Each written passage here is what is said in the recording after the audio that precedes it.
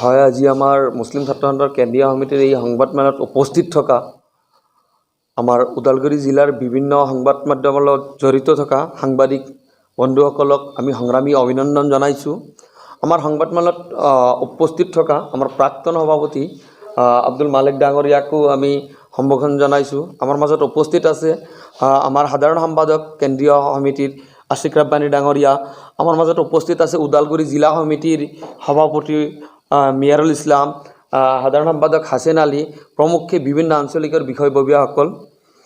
তো যিয়ে নহওক, আপোনালোকে সকলোৱে জানে যে সমাগত আমাৰ যি নিৰ্বাচন BTR নিৰ্বাচন সন্দৰ্ভত আচলতে আমি মুছলিম ছাত্ৰ সন্থাই আমাৰ স্থিতি স্পষ্ট কৰিবলৈ আজিৰ সংবাদমেলখন আমি আয়োজন কৰিছোঁ। আমি সংবাদমেলৰ জৰিয়তে BTRৰ বসবাস কৰা সকলো জাতি জনগোষ্ঠীকে আমি আহ্বান জনাব বিচাৰিছোঁ। মুছলিম ছাত্ৰ সন্থাই 2005 চনৰ পৰাই বিভিন্ন সমস্যাৰ প্ৰতিবাদ সমাধানৰ দাবী জনাই আহিছে। তেনে ক্ষেত্ৰত আচলতে আমি বিগত 15 বছৰেই হাগ্ৰামা মহিলাৰী ডাঙৰীয়াক BTCৰ সংখ্যালঘু মুছলমানসকলৰ বিভিন্ন সমস্যা সমাধানৰ নামত অকল স্মাৰক পত্ৰই প্ৰেৰণ কৰি থাকিলোঁ, কিন্তু তেওঁৰ জৰিয়তে আমি কোনো ধৰণৰ সমস্যা সমাধান কৰিব নোৱাৰিলোঁ। তেনে ক্ষেত্ৰত আমি সেই ভ্ৰষ্টাচাৰী এই হাগ্ৰামা মহিলাৰী নেতৃত্বাধীন BPF-ক আমি আগন্তুক নিৰ্বাচনত আমি আচলতে বৰ্জন কৰাৰ এক সিদ্ধান্ত আমি উপনীত হৈছোঁ। আমাৰ কথা এনেকুৱা যে আমাক কি লাগে, মানুহ এজন জীয়াই থাকিবলৈ শান্তিপূৰ্ণভাৱে আমাৰ সামাজিক যি ব্যৱস্থা, আমি শান্তিপ্ৰিয় এটা সমাজ বিচাৰি আছিলোঁ। এই নেতাৰ নেতৃত্বত BTC এলেকাত আপোনালোকে জ্ঞাত যে আমাৰ ওপৰত বৰ্বৰ এবাৰ নহয় দুবাৰ নহয় তিনিবাৰকৈ অত্যাচাৰ কৰা হ'ল, আক্ৰমণ কৰা হ'ল, আমাৰ মানুহখিনি মাটি বাৰী জান হেৰাব লগা হ'ল। এইসকলক পুনৰ সংস্থাপনৰ দাবী আমি বিগত 15 বছৰেই কৰি আহিলোঁ, কিন্তু হাগ্ৰামা মহিলাৰ নেতৃত্বাধীন চৰকাৰখনে আমাৰ সংখ্যালঘুসকলক এলাগী কৰিহে একপক্ষীয়ভাৱে খালি এই দুৰ্নীতিৰ পাহাৰ গঢ়াহে আমি দেখিব পাইছোঁ। তেনে ক্ষেত্ৰত আমি মুছলিম ছাত্ৰ সন্থাই সিদ্ধান্ত লৈছোঁ, সমাগত নিৰ্বাচনত আচলতে এই ভ্ৰষ্টাচাৰী মিছলীয়া হাগ্ৰামা মহিলাৰ নেতৃত্বাধীন BPF-ক ৰাইজে বৰ্জন কৰিব লাগে। যদিহে আপোনালোকে BTC-বাসীয়ে শান্তিপ্ৰিয় সমাজ বিচাৰে, তেতিয়াহ'লে মুছলিম ছাত্ৰ সন্থাই আহ্বান জনাইছে আপোনালোকে এই ভ্ৰষ্টাচাৰী নেতাৰ পৰা আপোনালোকে আঁতৰত আহক। এতিয়া কথা হ'ল যে আপোনালোকে জানে যে BTC-ত যি নিৰ্বাচনৰ সময়ত যি এক আবহাওয়াৰ নাটক এটা চলি আছে যে BPF ভাৰ্চেছ BJP এটা নাটক চলি আছে। আচলতে এই নাটক সন্দৰ্ভত মুছলিম ছাত্ৰ সন্থাই আমি কেইটামান প্ৰশ্ন উত্থাপন কৰিব বিচাৰিছোঁ। এই BJPয়ে কৈ আছে, BJPৰ ৰাজ্যিক সভাপতি ৰঞ্জিত দাস ডাঙৰীয়াই কৈ আছে, ইপিনে হেমন্ত বিশ্ব শৰ্মা ডাঙৰীয়াই মুক্ত মঞ্চত কৈ আছে যে নাই হাগ্ৰামা মহিলাৰে গালি পৰাও আমি দেখিব পাইছোঁ। আমাৰ প্ৰশ্ন যে আপোনালোকে এই যে নাটক কৰি আছে, আমাক কি আচলতে মূৰ্খ বুলি ভাবিছে নেকি? BTR-বাসীক কি আপোনালোকে অশিক্ষিত বুলি ভাবিছে নেকি? অজ্ঞ বুলি ভাবিছে নেকি? আপোনালোকে আমাক ললিপপ দিব, আমি ললিপপ খাই সন্তুষ্ট থাকিম নেকি? আপোনালোকে যে কৈছে যে তেওঁলোকৰ লগত আমাৰ মিত্ৰতা নাই, তেনেক্ষেত্ৰত আপোনালোকৰ চৰকাৰৰ 3টাকৈ মন্ত্ৰী কেনেকৈ আপোনালোকৰ চৰকাৰৰ লগত তেওঁলোকে মন্ত্ৰিত্ব লাভ কৰি তেওঁলোকে মন্ত্ৰিত্বত দায়িত্ব পালন কৰি আছে, সেই স্পষ্ট কৰক। হাগ্ৰামা মহিলাৰীও কৈছে আমাৰ লগত BJPৰ লগত নাই, আমি BJPৰ লগত নাই, আমি অকলে কৰিব পাৰোঁ। এই যে স্থিতি, তেওঁ যদি ইমানেই দক্ষ নেতা, তেতিয়াহ'লে তেওঁৰ স্থিতি স্পষ্ট কৰক। প্ৰথমে তেওঁ ৰাজহুৱাভাৱে তেওঁলোকৰ দলৰ যি মন্ত্ৰী, এই মন্ত্ৰিত্বৰ পদ তেওঁলোকে পদত্যাগ কৰক, তাৰপিছতহে আমি মানি ল'ম যে নাই BJP আৰু BPF-ৰ মিত্ৰতা নাই।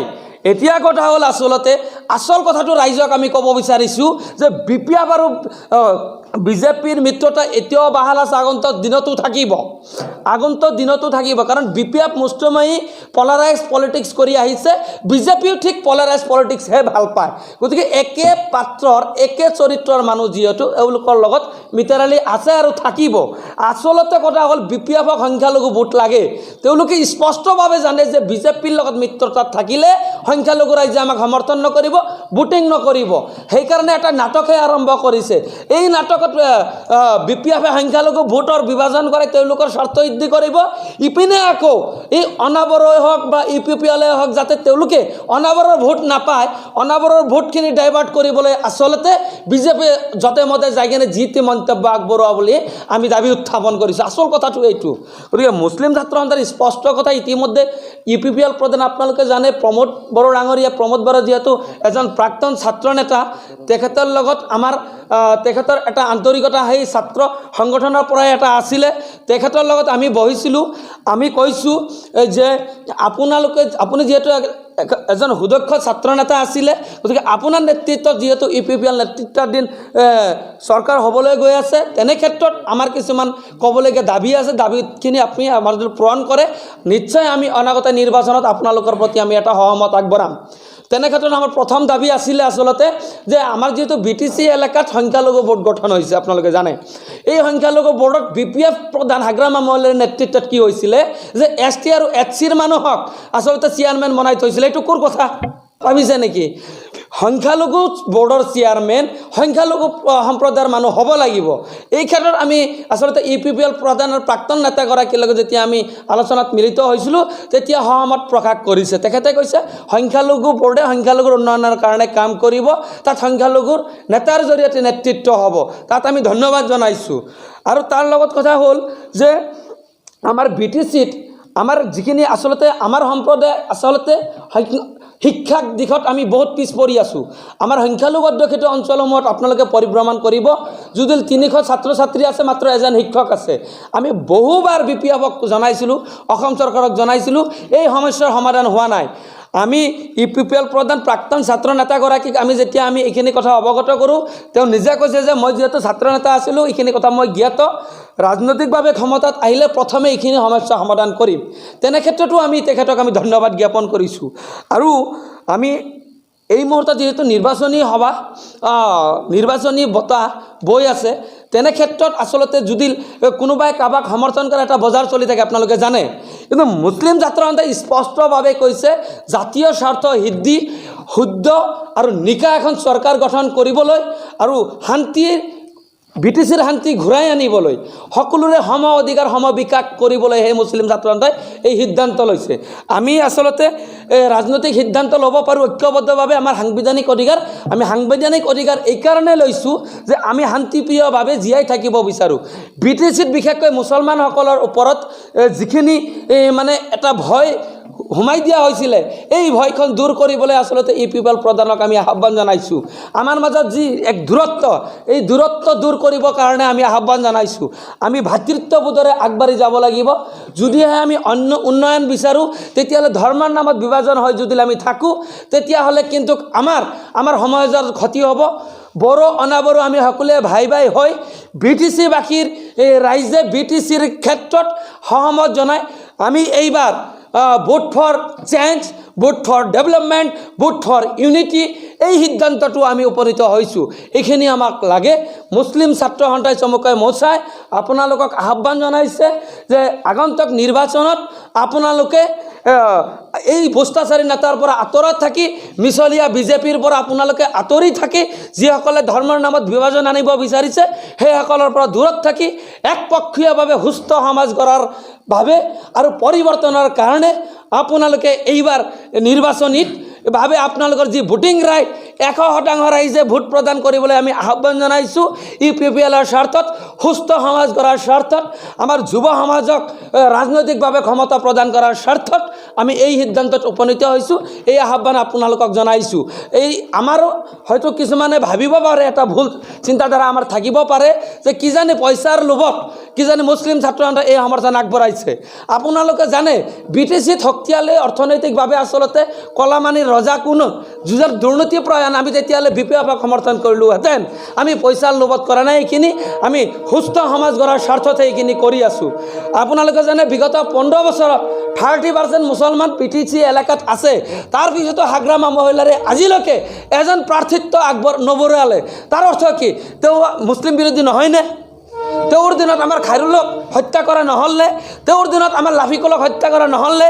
এইসকলক যি হত্যানীলা কৰা হৈছিলে, আমি CBI ডিমাণ্ড বিচাৰি আছিলোঁ, CBI ইনকুৱাৰী হ'ব লাগে বুলি আমি বিচাৰি আছিলোঁ।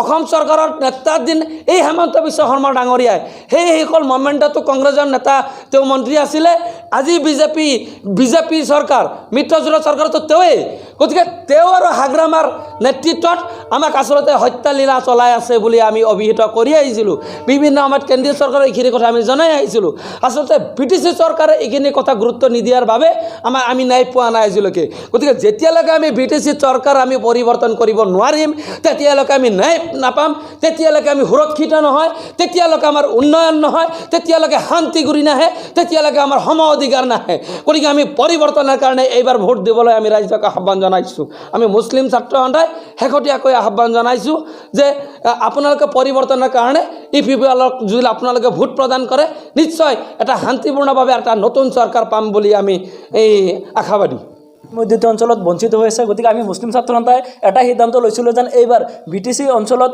পৰিৱৰ্তন হ'ব লাগে যি পৰিৱৰ্তনৰ বঁটা বৈ আছিলে তাত আমি ৰাইজৰ সহমত প্ৰকাশ কৰিব লাগে আজি চাওক যি বিটিএডিত এতিয়াও যি অবৈধ অস্ত্ৰসমূহ আছে সেইবিলাক বাজেয়াপ্ত কৰাৰ কাৰণে কিন্তু আমি বাৰম্বাৰ কৈ আছিলোঁ কিন্তু আজিও এতিয়াও বিটিএডিত কিন্তু অবৈধ অস্ত্ৰ আছে বুলি আমি উমান পাইছোঁ গতিকে এই ক্ষেত্ৰত অসমৰ গৃহ বিভাগৰ দায়িত্বত থকা মুখ্যমন্ত্ৰীকো আমি আহ্বান জনাম যেন বিটিএডিত থকা অবৈধ অস্ত্ৰসমূহ বাজেয়াপ্ত কৰিব লাগে আৰু যি হত্যাকাণ্ড যে পূৰ্বতে হৈছিলে তেনেকুৱা যাতে পুনৰবাৰ যাতে এই বিটিএডিত নহয় এই ক্ষেত্ৰত গৃহ বিভাগে পূৰ্ণমানে নজৰ ৰাখিব লাগে বুলি আজিৰ এই সংবাদমেলৰ জৰিয়তে আহ্বান জনাইছোঁ লগতে আজি লাভিকুলক লৈ পেলাই যি ৰাজনীতি আপোনালোকে এতিয়া কৰি আছে বিগত সময়বিলাকত আপোনালোকে ক'ত আছিলে অকল নিৰ্বাচনৰ ইস্যু হিচাপে আপোনালোকে লাভিকুলক ব্যৱহাৰ কৰিছে নেকি নে আজি খাইৰুল ইছলামক আপোনালোকে পাহৰি গৈছে নেকি নে লাভিকুলৰ নাম লৈ পেলাই আপোনালোকে টিআৰপি লৈছে নেকি গতিকে এই ক্ষেত্ৰত হিমন্ত বিশ্ব শৰ্মাই এটা মানে স্পষ্টীকৰণ দিব লাগে লাভিকুল আৰু খাইৰুল ইছলামৰ মাজত ডিফাৰেঞ্চ কিয় খাইৰুল ইছলামক হত্যা কৰা হৈছিলে